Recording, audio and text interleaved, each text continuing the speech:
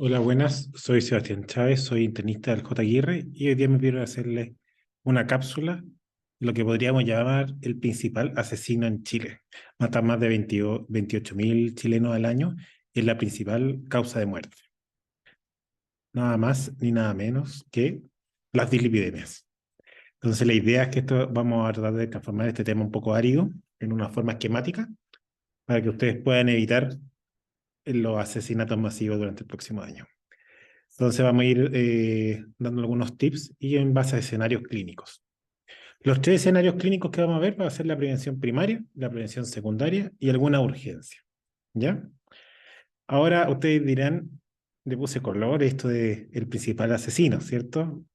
Si no han visto la película, estoy haciendo un par de spoilers de lo que es la película Psicosis, si no se las recomiendo. Y uno podrían decir, me cabe la duda si este es el asesino. Y el asesino que yo propongo acá es nada más y nada menos que el colesterol, ¿ya? El colesterol, lamentablemente, para entenderlo hay que revisar un poquito la fisiología.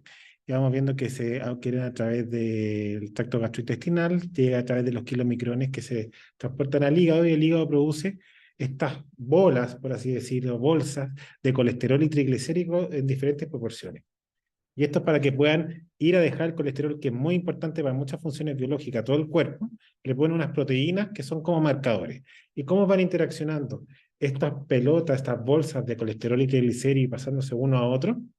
Es lo que determina el tipo de colesterol que es. Ustedes van a ver ahí, por ejemplo, que algunos de estos colesteroles tienen la propiedad de llevarse o sea, el lipoproteína, llevarse el colesterol, por ejemplo, a la arteria, lo que es muy malo, y algunos sacarlo a la arteria, y es lo que conocemos colesterol bueno y colesterol malo.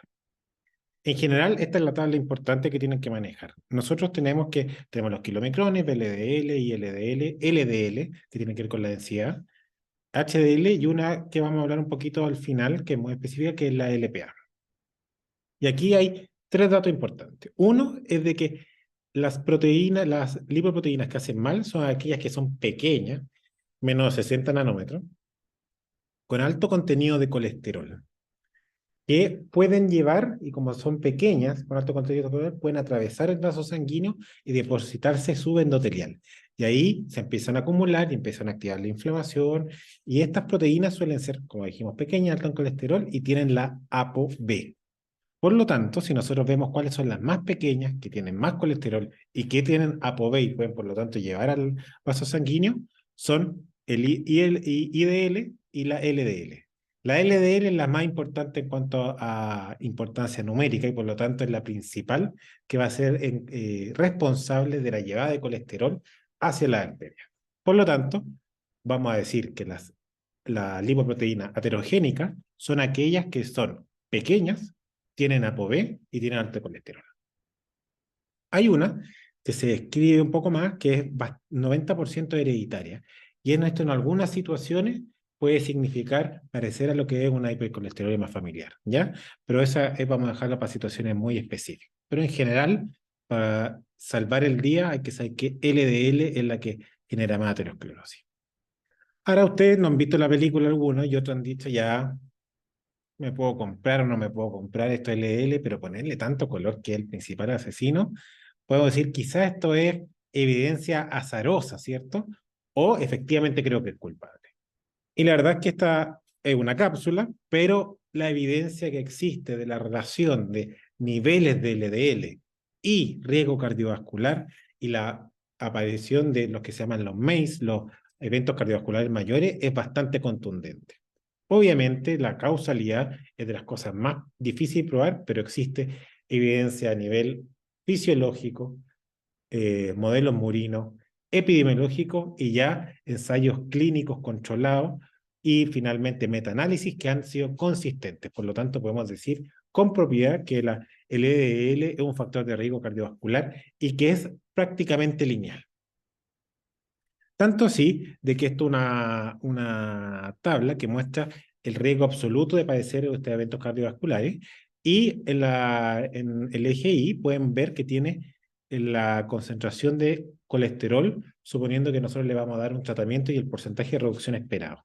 Y podemos ver que en pacientes de alto riesgo cardiovascular, es decir, cercano, pues hicimos ahí 40%, que tenían alto LDL, el número 9 que se ve en la esquina superior derecha es el número necesario a tratar. Es decir, por cada 9 pacientes que yo trato, salvo a uno de un evento cardiovascular. Obviamente, entre menor el riesgo cardiovascular y era menor el nivel basal de LDL y por lo tanto la reducción va a ser menor, el número crece, pero igual cada 77 pacientes puedo salvar a uno de un evento cardiovascular mayor. Con esto les quiero decir que en general vamos a trabajar y un conocimiento bien asentado de que es culpable el LDL de esto. Ahora, ¿qué tan culpable? Esto podríamos decir que es una curva como directamente proporcional. Si bien al comienzo el LDL es muy bajo, en población que no tenga MEI, sino que en otros contextos pueden aparecer un aumento nuevamente de la mortalidad, en paciente, la gran mayoría de la población, esto es directamente. Y podemos ver a medida que aumenta el colesterol, aumenta la muerte cardiovascular y los eventos cardiovasculares. Entonces uno podría decir, démosle a todo una terapia para bajar el colesterol y salvamos a todos de la muerte. Pero si nos vamos muy abajo, estaríamos dándole atorvastatinas, por ejemplo, a, ¿cómo se llama? Deportistas de élite. Ahora, decimos, ya, quizás eso sería todo el mundo, sería muy caro, ineficiente, etcétera. Ahora decimos, no, no, no. Vamos a los que estamos seguros que van a tener un evento cardiovascular. Ya nos vamos a encontrar con pacientes quizás muy enfermos ya, que ya están muy deteriorados. Entonces, la gran pregunta es, ¿a quién tratar? ¿A quién vamos a tratar? Y la verdad es que esta pregunta es la más difícil. Y esa es justamente el primer escenario que vamos a ver, el primer invitado a esto, que tiene que ver con la prevención primaria, que justamente es tratar antes que aparezca el evento cardiovascular. Ahora uno puede decir, ¿a quiénes quiero evitar que tengan una muerte cardiovascular? O sea, ¿a quiénes les quiero dar estatina? ¿O a quién les quiero dar un tratamiento para bajar el riesgo cardiovascular a través de la disminución del LDL? Justamente me gustaría leer la mano a los pacientes de decir, este compadre, esta comadre va a tener un evento cardiovascular, entonces voy y se lo evito. Pero eso sería prácticamente hacer adivinación y ver la mano y decir, me tinca que a este paciente no le va a pasar nada o a este sí. Y la verdad es que es mucho más complejo. Ahí ya hay que meterse en, ¿cómo se llama?, en matemática pura y dura. Y para esto se han generado fórmulas y sistemas. Entonces, yo cuando me enfrento a un paciente y quiero saber cuál es el riesgo cardiovascular que tiene, lo puedo calcular. ¿Y cómo lo puedo calcular? Y de hecho, todas las guías lo plantean. Voy a poner alguna. Up to date dice, tiene un problema con el colesterol. Primero, si está muy alto, después vamos a ver, automáticamente entra en la categoría de tratarlo, pero si no, tengo que calcular el riesgo cardiovascular a 10 años. La guía de ¿cómo se llama? La guía europea, la guía del 2019, nuevamente lo primero que plantea arriba es calcular el riesgo cardiovascular. La guía chilena, que es un poco más antigua también. Primero, calcular el riesgo cardiovascular. La pregunta es, ¿cómo se calcula este riesgo cardiovascular? Es una definición. Epidemiólogos, cardiólogos, internistas, nutriólogos, mucha gente muy inteligente se puso de acuerdo y empezó a calcular qué factores de riesgo hacen que una persona tenga la probabilidad de tener un evento cardiovascular mayor, más del 10%, diciendo que esto es alto. Algunos, la guía europea la dividen incluso en muy alto riesgo, aquellos que tienen más de 15%. Un riesgo moderado, aquellos que tienen una probabilidad de 5 a 10% de tener un evento cardiovascular mayor, y bajo, aquellos que tienen menos de 5. Nuevamente, la guía europea, esto es en base a la guía chilena, pero la guía europea plantea que en verdad bajo es bajo 2, 3. Y entre 2 y 5 es medio. Pero eso ya son definiciones que vamos a ver más adelante. Ahora, ¿qué es un evento cardiovascular mayor? Vamos a hablar síndrome coronario agudo y todo su espectro, desde la muerte súbita, el infarto con supra, sin supra, angina inestable. La necesidad de revascularización coronaria en síndromes coronarios crónicos. El TIA o el ACV y la enfermedad arterial oclusiva periférica. Eso es lo que vamos a considerar. ¿Cuál es la probabilidad que tenga esto a 10 años plazo? Si es un menos de un 5%, para efectos de Chile, generalmente lo consideramos bajo, para efectos de la guía, las últimas guías que están haciendo un poco ¿cómo se llama? Más fuerte en la recomendación, lo están bajando a decirle bajo menos de 2, moderado 5 a 10 y alto más de 10. Ahora, ¿cómo yo puedo decir mi paciente tiene un alto riesgo cardiovascular? Y aquí la respuesta, más que aparece esa lista, es bastante obvia, que después lo vamos a seguir viendo. Si yo ya tuve un evento cardiovascular mayor, tengo un alto riesgo. Ya lo tuve, listo. Y después, enfermedades que yo conozco que tienen una asociación, pero fija y conocida a eventos cardiovasculares. Y son bastante obvias. La guía europea define un poco mejor, dice diabetes con daño órgano blanco, o al menos 3 factores de riesgo mayores, o diabetes tipo 1 de inicio precoz. La enfermedad renal crónica grave, estamos hablando de etapas con una BFG menor a 30. Una estimación de riesgo más del 10%, que es lo que el riesgo vascular que justamente estamos viendo. Y estamos hablando ya de una particular, los últimos puntos que toca ahí son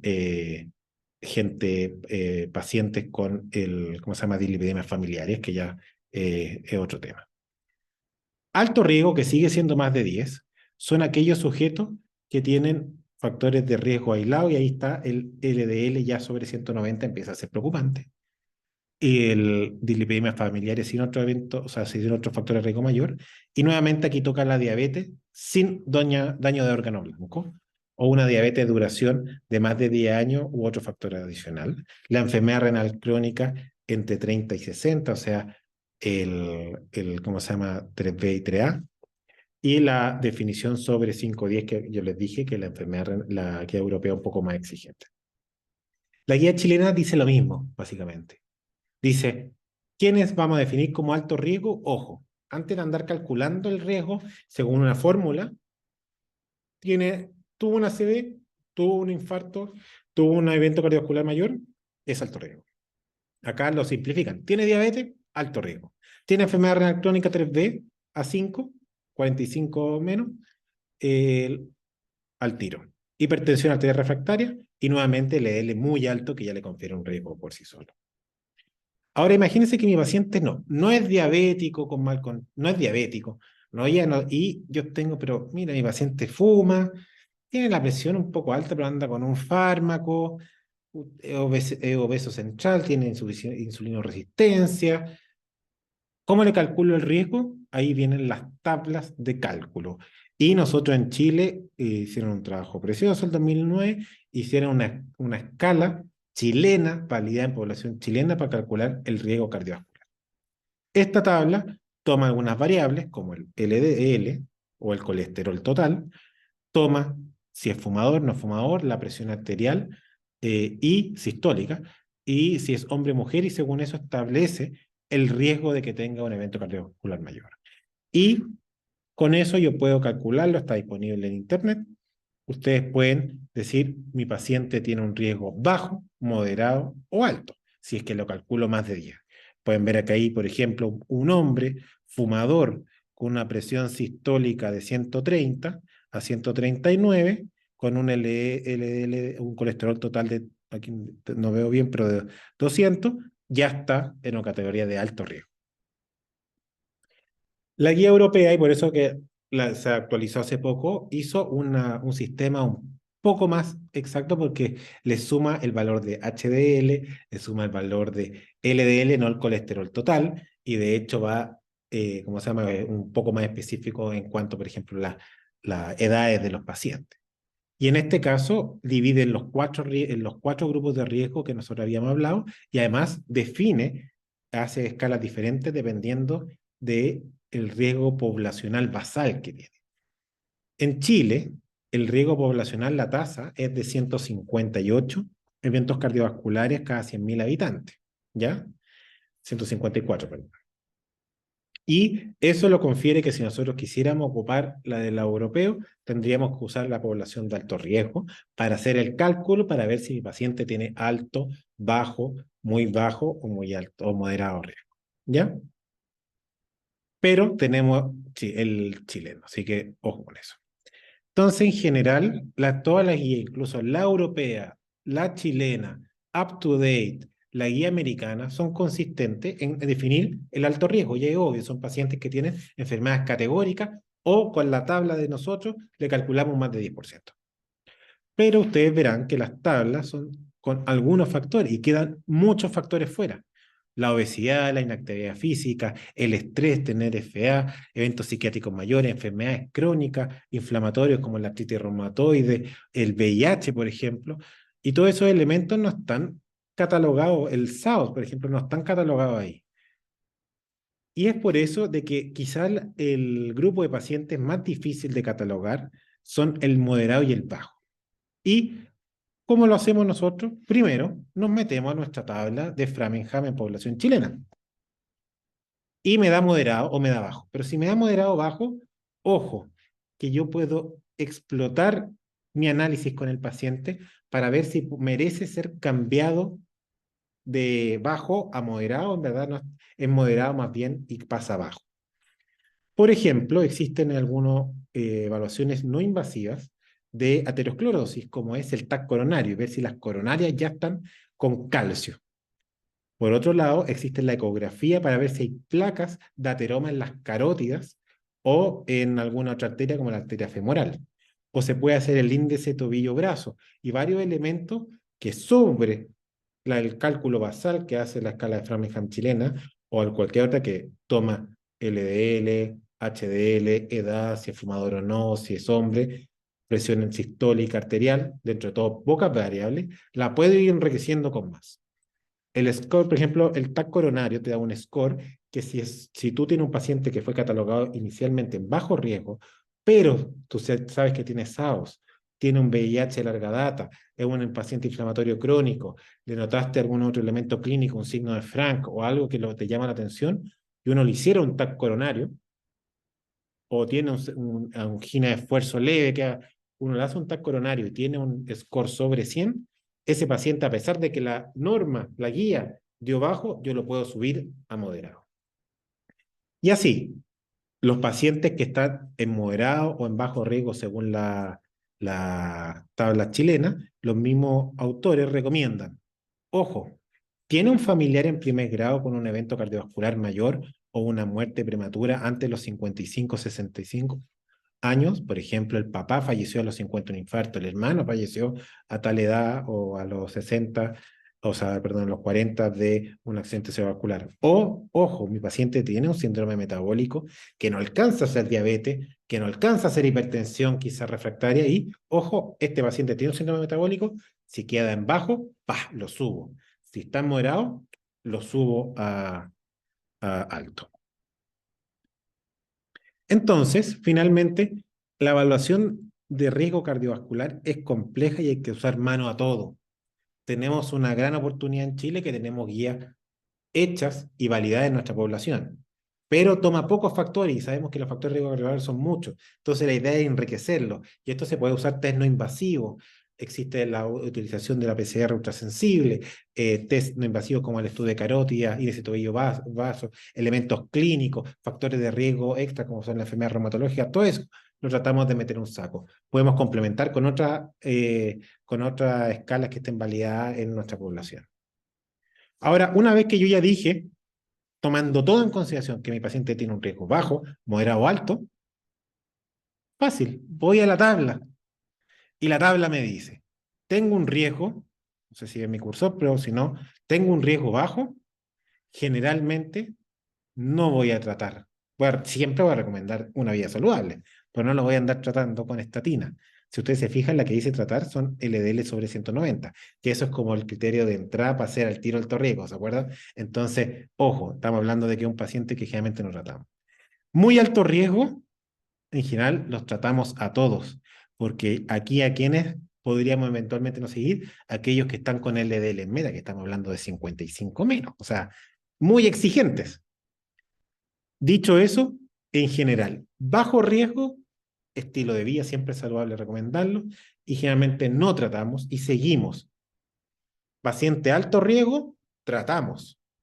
Paciente que está en la zona intermedia, es un paciente que tenemos que sentarnos a discutir las opciones con el paciente y hacer una decisión en conjunto. Es lo mismo, por ejemplo, que sale acá. Calculé, tengo un paciente y quiero saber si se va a morir. Uno, tiene el LDL sobre 190, automáticamente se va a tratamiento, no necesariamente farmacológico, pero se va a tratamiento, ¿cierto? Después, tiene eventos cardiovasculares, mayores, y eso es prevención secundaria, como a ver, se va directo, pero después está en la zona gris, le calculo esto. El cálculo inicial lo puede enriquecer con estos otros factores que hemos visto y llega a una conclusión, más de 10%, 5 a 10 o menor a 5. En general, como dijimos, menor a 5, seguimos, mayor a 10 tratamos y entre medio tenemos que tomar decisiones. Y las decisiones se basan en las metas. Entonces, una vez que yo establezco el riesgo cardiovascular, después me pregunto cuál es la meta. Y según eso establezco el plan de acción. Entonces, esta es la guía europea que es un poco más estricta que la chilena. Va a ver, por ejemplo, si tengo un paciente muy alto, un riesgo alto, yo espero que baje más del 50 basal del LDL con un objetivo de menos de 70. El riesgo moderado le pido menos de 100, el riesgo bajo le pido menos de 116. Nuevamente, la misma guía, otra forma de decirlo, en prevención primaria para sujetos con riesgo muy alto, menor a 55, que el muy alto, acuérdense que la guía es sobre 15% y estamos hablando obviamente de prevención secundaria. Y finalmente la guía chilena, que es un poco más laxa, pero básicamente va a ser lo mismo.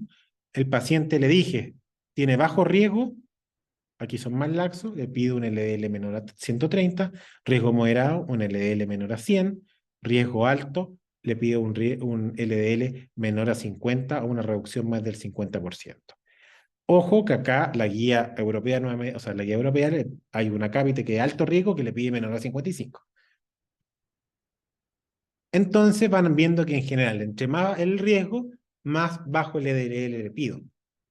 Para eso, lo primero y siempre va a ser el estilo de vida, con excelente evidencia. Estamos viendo evidencia tipo A. No estamos hablando de, mira, hubo uno que otro trabajo publicado en Journal de uso de reputación. No. A. Evitar grasas saturadas.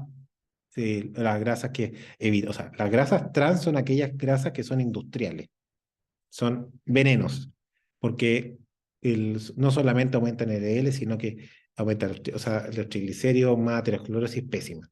Después, si tengo que elegir, idealmente poliinsaturada, ¿cierto? Y ahí, ¿cómo se llama? Aparte de los cambios dietarios, también está la disminución del peso corporal, que tiene impacto muy grande, sobre todo en los triglicéridos y o sea, perdón, el LDL, y también los triglicéridos, la disminución del consumo de alcohol, aumentar la actividad física. Acá hay una tabla que ustedes pueden ver, qué es lo que nosotros llamamos una dieta para bajar ¿cómo se llama? El colesterol, y tiene que ver con hacer algunos cambios. Más detalles sobre esto se los pueden revisar ahí o si no conversar después con los nutricionistas o los nutriólogos que van a tener, ¿cómo se llama? Más adelante. Entonces yo, primero, establecí el riesgo cardiovascular. Segundo, definí una meta. Y si yo estoy en 100 y mi meta es menor a 70, ¿cierto? Yo tengo que ver qué voy a ocupar para llegar a eso. Y nosotros tenemos estatinas de alta intensidad que generan ¿cómo se llama? Una disminución de aproximadamente el 50% del LDL y unas de moderada intensidad que generan 30% de disminución.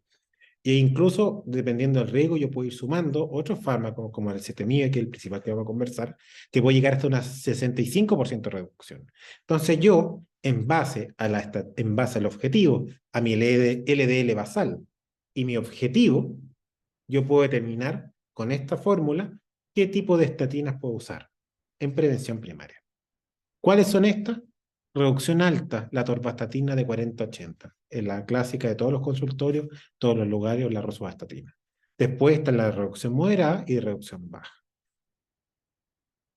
Nuevamente, aquí pueden ver cómo la evidencia muestra que la reducción del LDL en base a estatinas logra una disminución sustantiva de los eventos cardiovasculares. El mayor impacto está en los pacientes justamente con mayor riesgo cardiovascular y con mayor nivel de LDL. Y a ello el impacto es grotesco. Pero ojo, pacientes con bajo riesgo cardiovascular y con LDL aún bajo también tienen, ¿cómo se llama?, beneficios.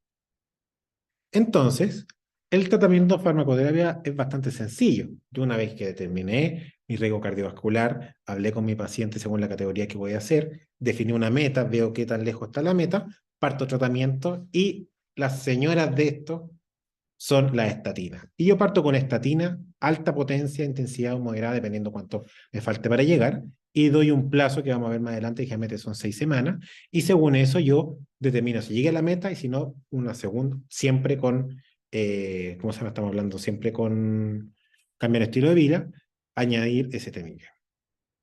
Después, población probablemente ya no es para médico general, están los inhibidores de PCSK9. Entonces, nuevamente el tratamiento y las recomendaciones 1A, o sea, evidencia espectacular, es que se recomienda prescribir un régimen intensivo de estatina para alcanzar las dosis máximas toleradas y lograr el objetivo de la caída del riesgo vascular. Si no se logra el objetivo con las dosis toleradas, el segundo a entrar en línea es el STMIG. ¿Cuáles son los datos prácticos? Uno, esto nos van a odiar en muchos lugares, pero la evidencia ya lo avala. No es necesario pedirlo en ayunas. No tengo que ¿Tiene que ser en ayunas? No. Los triglicéridos cambian un poco, pero generalmente el impacto de cambio es mínimo. Cuando yo calculo, porque hay diferentes formas de calcularlo, podría tener un impacto, pero generalmente no impacta como para que cambie de categoría. Obviamente, generalmente nosotros pedimos el perfil lipídico junto con el perfil bioquímico. El perfil bioquímico, si tiene ayuna, necesita en ayuna, pero es por la glicemia, más que por el perfil lipídico. Ahora, ojo, cuando pedí el perfil lipídico, si yo tuve un evento cardiovascular y yo estoy recibiendo un paciente infartado, estoy recibiendo un paciente con ACV, en el minuto cero lo pido al tiro. Entre más tiempo pasa, va cambiando los triglicéridos, va cambiando todo, entonces en el minuto cero. Y es normal que después de un evento cardiovascular mayor exista una caída natural del LDL. Si es para prevención primaria, yo estoy viendo en pacientes que tienen riesgo, por ejemplo, tienen un síndrome metabólico y quiero ver si tiene indicación de prevención primaria, le tengo que pedir idealmente tomar la decisión con dos perfiles, uno separado con 1 o 2 semanas del otro. Decidí, ¿cierto? Le calculé el riesgo cardiovascular. Está en una zona moderada donde decido que es beneficioso o alto y le voy a dar tratamiento, aparte de la cambio de estilo de vida, decidí que un tratamiento farmacológico y voy a dar estatinas. En el punto cero pide un perfil hepático y una CK basales, porque dentro de los efectos adversos más importantes está la rhabdomiolisis y las mialgias y la alteración del perfil hepático. Si está alterado en la CK o el perfil hepático, acá existen guías, pueden meterse en la misma guía chilena y sale paso a paso. Si es más de 3 veces del límite superior normal hacer esto, si es más de 10, etc. Ojo que no es que alterado es sinónimo de no poder ocuparla. Se está francamente alterado, probablemente ahí está la respuesta es no usarla aún, buscar ayuda, buscar asesoría, pero si no hay un aspecto donde podemos seguir. Después, ¿cada cuánto se controla? A las 8 semanas, y a las 8 semanas uno pide un perfil 8 semanas más o menos 4, o sea, 1 mes a 2 meses uno pide un perfil lipídico de control y evalúa las metas. Y en el primer control nomás se justifica pedir un perfil hepático y una CK para ver si hubo un cambio en los pacientes que estuvieron normales o levemente alterados. Pero no se justifica andar pidiendo CK y perfil hepático todos los controles.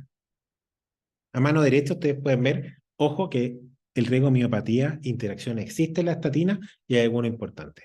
Y ahí hay los inhibidores de la proteasa en el VIH, ojo, porque los pacientes con VIH tienen un riesgo cardiovascular alto y no es raro que usemos estatina, entonces, ojo.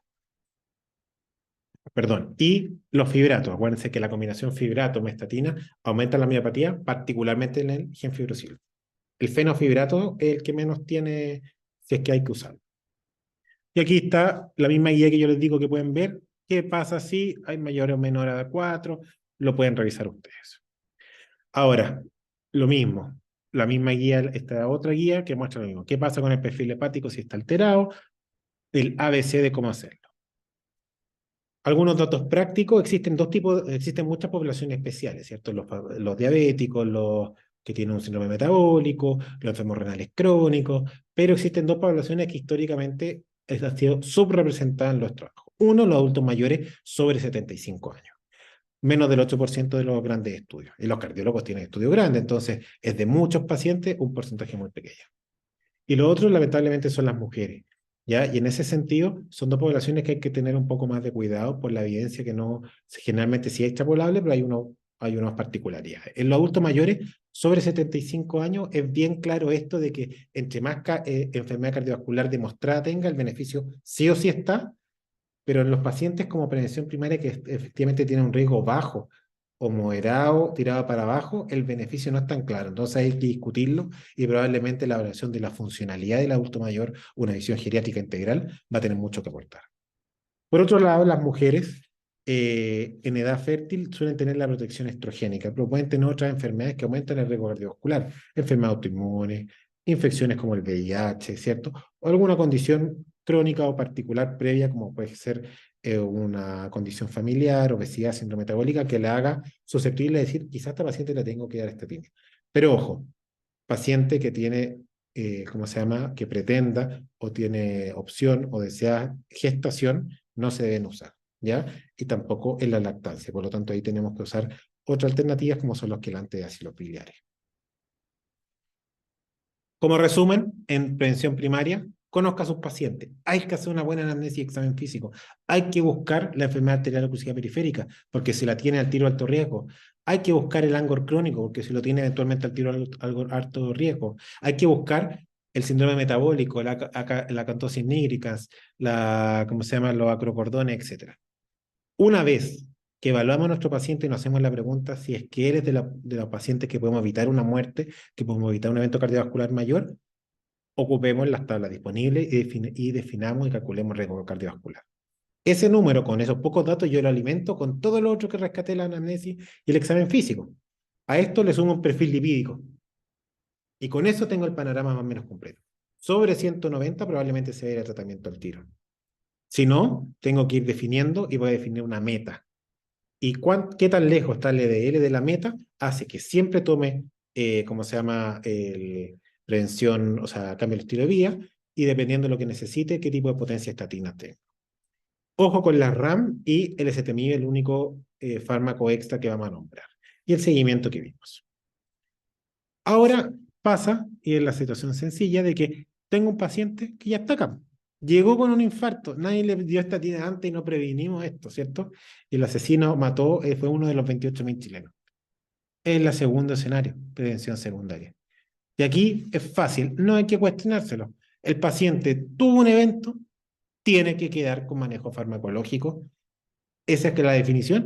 Y cuestiónense si no. Obviamente siempre hay pacientes que no, pero el general es que sí. Y tienen que pensarlo 1, 2, 3, 4, 5, 6, 7 veces antes de no dejárselo. Y por lo tanto, déjenselo mejor al especialista. ¿Con qué? Con estatinas nuevamente. Nuevamente, prevención secundaria en pacientes con riesgo cardiovascular muy alto acá lo definen como tener un evento cardiovascular como redundante, y voy a tener un objetivo estrecho, menos ¿cómo se llama?, de 55. Ojo, ¿qué pasa con los pacientes que bajo esa terapia tienen un segundo evento? Soy más agresivo aún, bajo 40 ACTIA, con peor evidencia, ¿cierto? La otra es 1A, esta es 2BB. El clásico ejemplo, y lo que más van a ver ustedes, son pacientes con un síndrome coronario agudo, angina inestable, con supra o sin supra, y aquí están las recomendaciones paso por paso de cuál va a ser el objetivo. Pero es lo mismo que hemos conversado. Nuevamente, el rol de las estatinas primero, después el ezetimibe, y un control estricto, disminuir menos del 50% y llegar a menos de 55 idealmente. Entonces aquí parece que todas las guías, ¿cierto?, se están basando que el malo de la película LDL. Pero ¿qué pasa con el resto? Y la verdad es que un par de palabras. Uno, la lipoproteína A probablemente tiene un rol en algunos pacientes donde a veces tiene eventos cardiovasculares con LDL bajo, hay mucha irritabilidad ahí, podría ser una pesquisa. De hecho, las guías europeas dicen que todo paciente con dislipidemia debería tener a lo menos una vez en la vida una medición de lipoproteína A. Estamos quizás lejos de eso. Pero, ojo, ahí hay un nicho. Después, el HDL, el colesterol bueno. Hay trabajo como el Outcome, sí, Outcome se llama el trabajo, que buscó subir el HDL. Y ojo, dijo ya, ¿cómo le va a los pacientes si le sube el HDL y mantengo el LDL? O sea, como único objetivo. Y no disminuyeron los riesgos cardiovasculares. Entonces, no está claro que tener el HDL bajo sea así como igual de malo que tener el LDL alto. Y los triglicéridos, si bien son factores de riesgo cardiovascular, pareciera ser que son quizás cómplices muy lejanos.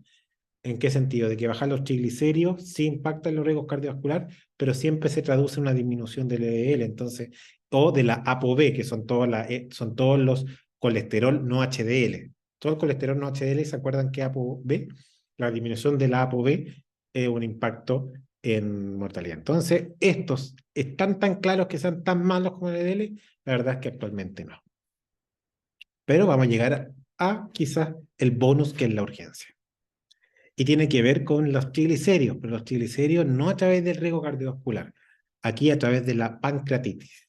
La pancreatitis por triglicéridos es una pancreatitis grave. Es rara dentro de la biliar. Nosotros en Chile, lo biliar, biliar, biliar, biliar, biliar, biliar. Alcohol, alcohol, alcohol, alcohol, alcohol. Fármaco, autoinmune, otros, ¿cierto? Y cuando ustedes ven la lista está el veneno de escorpión, ¿cierto? Pero los triglicéridos, ojo, dan cuenta del 1 al 5%. Ahora, ¿cuándo empieza el riesgo de, ¿cómo se llama?, de pancreatitis aguda? Sobre 500. Pero ya es categórico sobre 1000. De hecho, sobre 1000 el riesgo de un paciente es 5%. Ya cuando llega a 2000, el riesgo empieza a ser de un 10 a un 20%.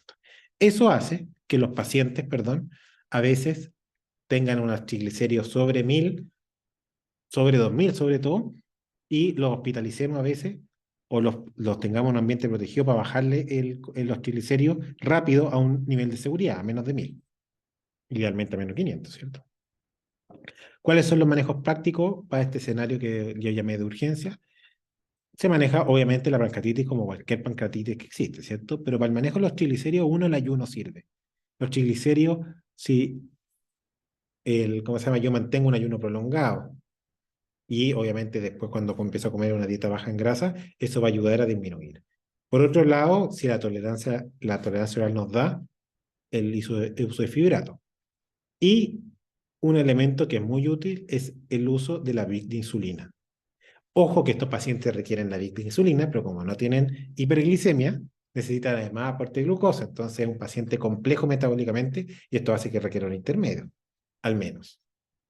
Después existe, de hecho hay en el mismo J, el doctor Berger tiene publicado un par de casos, que lo vamos a ver en el gráfico ahí, que es VIC de heparina. La heparina tiene un efecto disminuyendo los triglicéridos. Pero nuevamente estamos en ese problema de que le vamos a dar una VIC de heparina a un paciente que no necesita anticoagular. Y lamentablemente, además, los triglicéridos afectan el medio de la medición del TTPA.